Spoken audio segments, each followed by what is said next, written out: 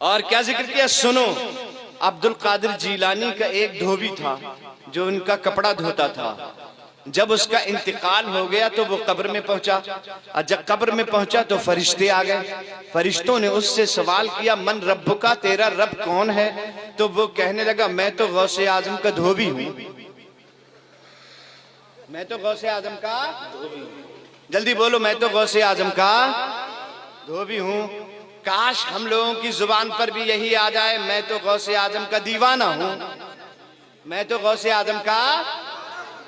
फरिश्तों का मन रब्बुका, तेरा रब कौन है?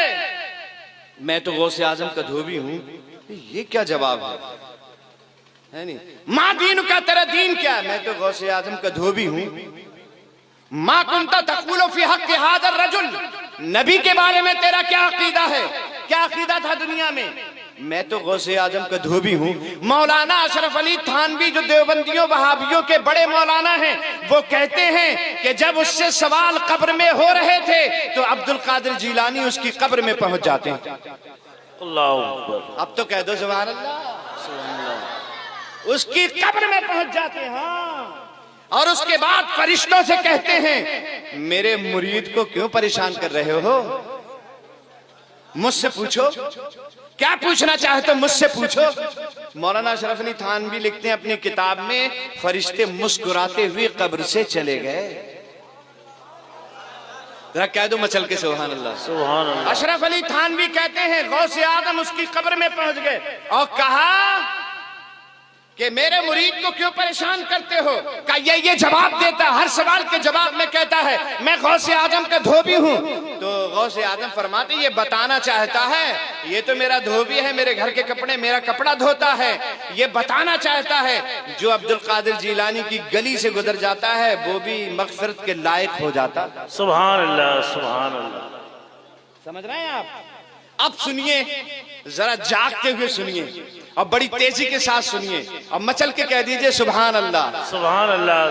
हुजूर गौसे आजम रज़ियल्लाहु तआला अन्हु का विसाल हो गया, क्योंकि जब तक ये हयात रहते हैं बुजुर्ग अपना तसर्रुफ दिखाते रहते हैं, और जब दुनिया से चले जाते हैं तब भी तसर्रुफात इनके कायम रहते हैं, रूहानी तसर्रुफात फिर भी बरकरार रहते हैं। जब हुजूर गौसे आजम का विसाल हो गया तो विसाल के बाद खुरासान के एक बुजुर्ग ने हुजूर गौसे आजम को ख्वाब में देखा।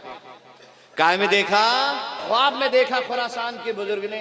और जैसी गौसे आजम ख्वाब में नजर आए, खुरासान के बुजुर्ग बोले, अस्सलाम अलैकुम या अब्दुल कादिर जीलानी। गौसे आजम ने फरमाया, वालेकुम अस्सलाम या खुरासानी।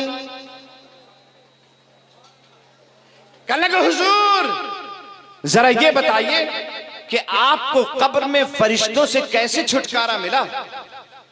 हुजूर गौसे आजम फरमाते हैं, ये पूछ रहे हो मुझको फरिश्तों से कब्र में कैसे छुटकारा मिला?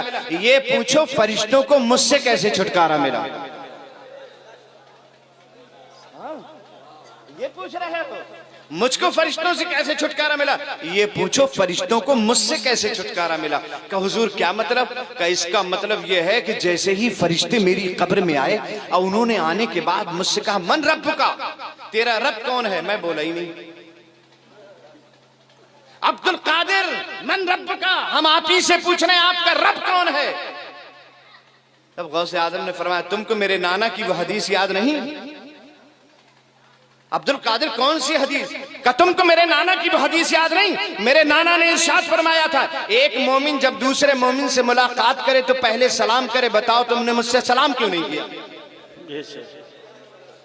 अब तो कह दो सुभान अल्लाह। बताओ तुमने मुझसे पहले सलाम क्यों नहीं किया? जैसे फरिश्तों ने सुना तो फरिश्तों ने कहा, अस्सलाम अलैकुम या अब्दुल कादिर जीलानी। वालेकुम अस्सलाम। अब मुसाफे के लिए हाथ बढ़ा दिए दोनों फरिश्तों ने। अब्दुल कादिर जीलानी ने मुसाफा कर लिया और दूसरे से मुसाफा करते करते हाथ को वहीं थाम लिया। एक का हाथ छोड़ दिया, दूसरे फरिश्ते का हाथ नहीं छोड़ा। का एक सवाल का जवाब अब आप दीजिए मुझे। अब्दुल कादिर कैसा सवाल?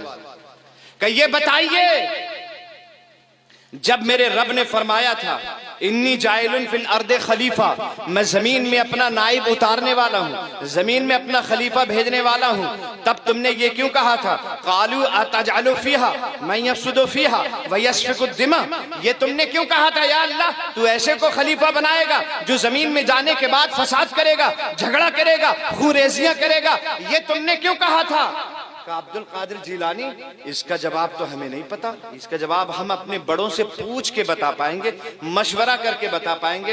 हुजूर गौसे आदम ने फरमाया ठीक है जाओ मशवरा करो। अब फरिश्ता, एक फरिश्ते को अब्दुल कादिर जिलानी छोड़ नहीं रहे थे और एक को छोड़ दिया था, तो वो गए फरिश्तों से मशवरा किया और कहा अब्दुल कादिर जिलानी ने ये सवाल कर दिया है और ये पूछा है कि रब ने जब कहा था कि मैं अपना नायब उतारने वाला हूँ जमीन में, तब तुमने ये क्यों कहा था तू खुरेजी करने वाले को अपना नायब बनाएगा, लड़ैया को अपना नायब बनाएगा, लठैत को अपना नायब बनाएगा, गिरेबान पकड़ने वाले को अपना नायब बनाएगा, है ना? ये इस तरह से तुमने क्यों कहा था? जवाब दीजिए। तो फरिश्तों ने मशवरतन कहा कि जाओ अब्दुल कादिर जिलानी से ये कह देना वो हमारी इज्तिहादी खता थी, वो हमारा इज्तिहाद था।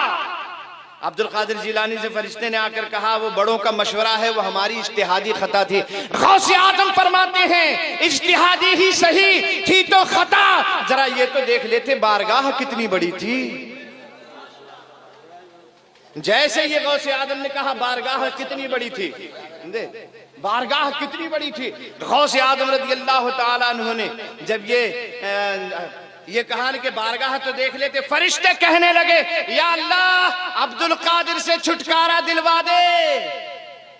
रब ने फरमाया फरिश्तों ठीक है, मैं अपने बंदे अब्दुल कादिर जिलानी से खुद ही बात किए लेता हूँ। ए अब्दुल कादिर जिलानी फरिश्तों को छोड़ दीजिए। अब्दुल कादिर जिलानी ने अर्ज किया या अल्लाह मैं इन्हें नहीं छोड़ सकता। कहा अब्दुल कादिर जिलानी क्यों नहीं छोड़? ये एक शर्त पे छोड़ूंगा। अब्दुल कादिर जो शर्त है बयान करो, मुकम्मल की जाएगी। या अल्लाह कयामत तक जितने कादरी हैं सबको जन्नती बना दे। सुभान अल्लाह सुभान अल्लाह। रब ने फरमाया ए अब्दुल कादिर जिलानी सिर्फ कादरी ही नहीं, सिर्फ आपका मुरीदी ही नहीं, सिर्फ आपके सिलसिले वाला ही नहीं, सिर्फ आपके नाम पे 11वीं की देगे पकाने वाला ही नहीं, सिर्फ आपके नाम पे जुलूस निकालने वाला ही नहीं। ए अब्दुल कादिर जिलानी जिंदगी में एक मर्तबा अगर काफिर भी आपका नाम ले लेगा तो मरने से पहले हम उसे तौबा की